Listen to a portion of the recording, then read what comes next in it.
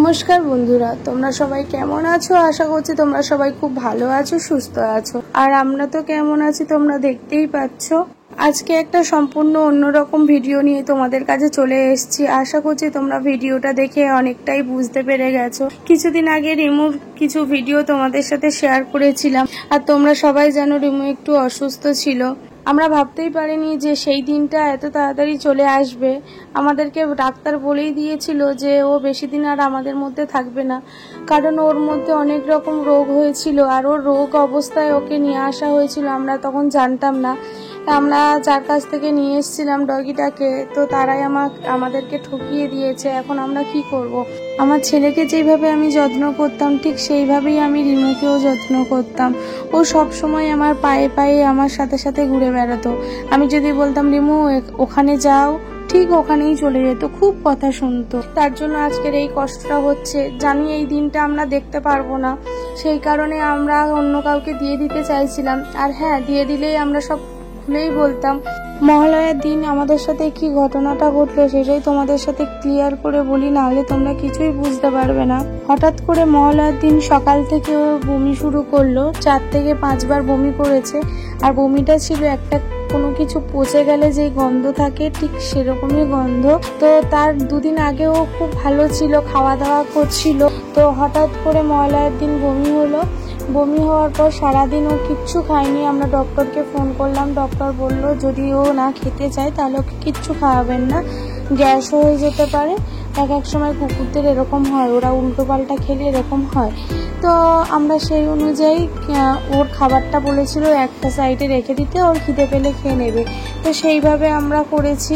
তো তারপরে আমি বিকালবেলা মাইকে নিয়ে পড়তে গেলাম। বাড়িতে এসেছি যখন 7:30 বাজে।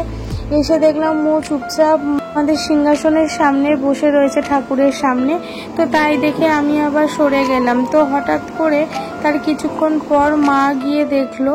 মা দেখছে একটা জায়গায় ও শুয়ে আছে ড্রেসিং টেবিলের পাশে, বমি করে রয়েছে। তো মা সঙ্গে সঙ্গে দেখাতে ওর গায়ে হাত দিয়েছে। ওর শরীরটা মানে দেখেই মার একটা কেমন হয়েছে। দেখার পর গায়ে হাত দিয়ে দেখছে ও আর নেই।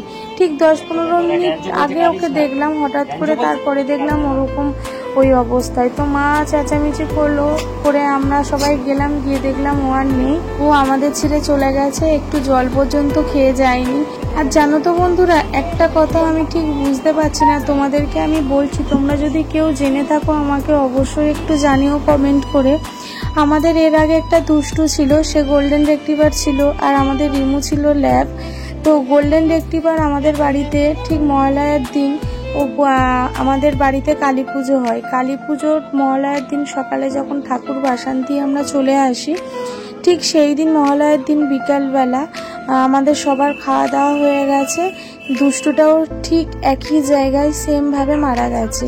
ও বমি করেনি, আর রিমু বমি করেছিল, এটাই তফাৎ। আর কয়েকটা ঘন্টা একটু হেরফের, তাছাড়া কোনো কিছু হেরফের নেই।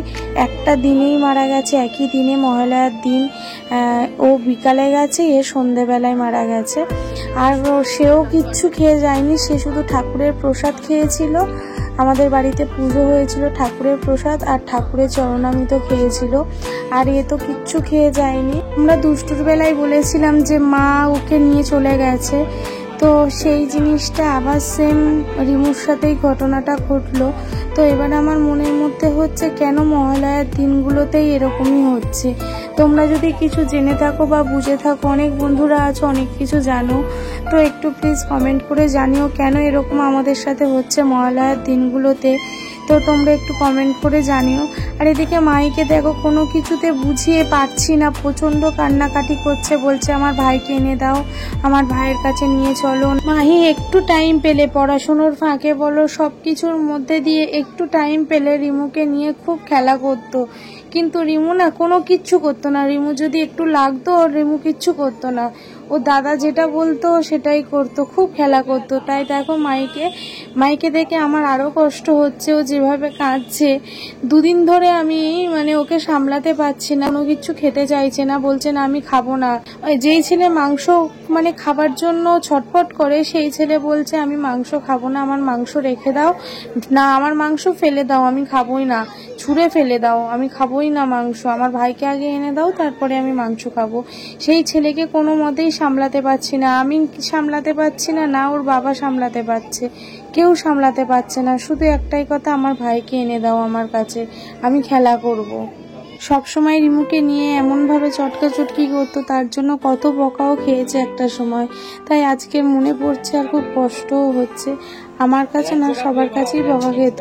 আর আমরা বলতাম যে ওর লাগতো, ওকে ছেড়ে দে। ও খুব ঠান্ডা ছিল জানো তো, সেই কারণে ও কিচ্ছু বলতো না। ওকে যেটা ওর দাদা করতো ও সেটাই চুপচাপ সহ্য করতো, কিচ্ছু বলতো না, লাগলেও কিছু করতো না। কি জানো তো, ওই যে তোমাদের সাথে ভিডিওটা শেয়ার করেছিলাম, তারপরে সেই দিনই তোমাদের দাদার ওইটা হওয়ার পর ও তো উঠতে পারেনি, তারপরের দিনকে ওকে নিয়ে রিমুকে নিয়ে ডাক্তারের কাছে গেছিলাম তোমাদের দাদা ভাই আর আমি। ওকে 28 তারিখে ডাক্তার দেখিয়ে আনলাম, দেখানোর পর 4 তারিখে আবার ওর অ্যাপয়েন্টমেন্টও করা ছিল, ওকে নিয়ে যাওয়ার কথা ছিল। কিন্তু আর কি হবে, 28 তারিখে লাস্টে ডাক্তার দেখিয়ে নিয়ে আসলাম, 4 তারিখে আর নিয়ে যেতে পারলাম না। আর কি করব জানি না কেন আমাদের সাথে হচ্ছে, আমরা এমন কি করেছি। দেখো আমাদের ফ্যামিলির মধ্যে কি হয়েই যাচ্ছে একটার পর একটা, কিচ্ছু বুঝতে পারছি না। একে আমার ছেলেটা কত রকমের আঘাত পাচ্ছে, পেতে পেতে আমার ছেলেটার কি অবস্থা। আর দেখো আবার ফের এই রিমুটা এমনভাবে চলে গেল আমাদেরকে কাঁদিয়ে। আমার ছেলেটা ভীষণভাবে কষ্ট পাচ্ছে। দেখো ওর পেটে কিচ্ছু নেই, সেই দুপুরবেলা একটুখানি ভাত খেয়েছে, এখন বাজে রাত্রি 11:30 12টা বেজে গেছে, এখনো কিচ্ছু খায়নি। একটাই কথা, আমার ভাইকে এনে দাও, নাহলে আমি কিচ্ছু খাবো না। সেই থেকে কন্টিনিউ চলছে। এটা পরের দিনের ভিডিও। দেখো রাত্রি 2টো বাজে, সারাদিন মন খারাপ করা ছিল, রাত্রে অনেক কষ্টে খাইয়েছিলাম। এটা তার পরের দিনের ভিডিও। পরের দিন ও সন্ধ্যে থেকেই শুরু করেছে খেলবো। আন্টি পড়িয়ে যাওয়ার পর থেকেই 8টার পর থেকেও একটু টাইম পেত, ওই রিমুর সাথেই খেলা করতো, একটু রিমুর সাথে দুষ্টুমি করতো। এবার ও সেই টাইমটা দেখো যেই এসছে, রাত্রি 2টো বেজে গেছে, যা হোক করে খাইয়ে দিয়েছিলাম একটু ভুলিয়ে। তারপরে দেখো পরের দিন সকালে স্কুল। এই যদি এরকম ভাবে করতে থাকে বলো, ও তো অসুস্থ হয়ে যাবে। কোনো কিছুতেই ভোলাতে পারছি না। বলছে রিমু এখন জুজুবুড়ি হয়ে গেছে, তো আমি রিমুর কাছেই যাব, রিমুকে আমার কাছে এনে দাও, নাহলে আমি রিমুর কাছে যাব। এই একটাই কথা। দেখো কিভাবে কাঁদছে। 2024 ফেব্রুয়ারি থেকে আমাদের শুরু হয়েছে ফ্যামিলির মধ্যে একটার পর একটা শুরু, মানে একটার পর একটা ঘটেই যাচ্ছে। মানে কি করে কি করব নিজেরাই কিছু ভেবে উঠতে পারছি না। মন মেজাজ কিচ্ছু ভালো নেই, ফ্যামিলির মধ্যে একটু হাসি নেই, কিচ্ছু নেই। মানে সারাক্ষণ ভিতরে এত কষ্ট যন্ত্রণা, মানুষ কতদিন সহ্য করতে পারে বলো তো। তারপরে দেখো আমার ছেলেটার মুখের দিকে তাকিয়ে তাও একটু হাসি, একটু সব কিছু ভুলে যায় যে না আমার ছেলেটাকে মানুষের মতো মানুষ করতে হবে, ওকে কিচ্ছু চাপ দেওয়া যাবে না, ওর এইসব নিয়ে ভাবনা চিন্তা করতে দেওয়া যাবে না। তো সেই দেখো আজকে ছেলেটা এইভাবে কান্নাকাটি করছে, ভালো লাগে বলো মন মেজাজটা। তো যাই হোক, ওর বাবা এখন বোঝাচ্ছে, এখন কি করে জানি না, কতটুকু বোঝে।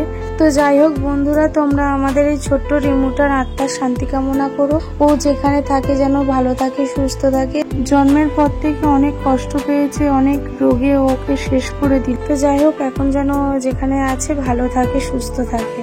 আর বন্ধুরা, তোমরা যারা যারা আমার ভিডিওটা দেখছো, তোমাদের ধন্যবাদ বলে ছোট করবো না। আমার যারা নতুন ভিউয়ার্স আছো, তারা অবশ্যই চ্যানেলটি সাবস্ক্রাইব করে পাশে থাকা বেল আইকনটা প্রেস করে থাকো, যাতে আমাদের নতুন নতুন ভিডিও পোস্ট করার সাথে সাথেই তোমাদের কাছে নোটিফিকেশন পৌঁছে যায়, আর তোমরা জলদি গিয়ে আমাদের ভিডিওগুলো দেখে নাও। আর এইভাবেই তোমরা সবসময় আমাদের পাশে থেকো। আজকের ভিডিওটা সম্পূর্ণ অন্যরকম ছিল। তো চলো বন্ধুরা, ভিডিওটা আর বেশি বড় করবো না, আজকের মতো ভিডিওটা আমি এখানেই শেষ করছি। দেখা হবে নতুন কোনো ভিডিওতে তোমাদের সাথে। ততক্ষণ তোমরা সুস্থ থেকো, ভালো থেকো। আজকের মতো টাটা।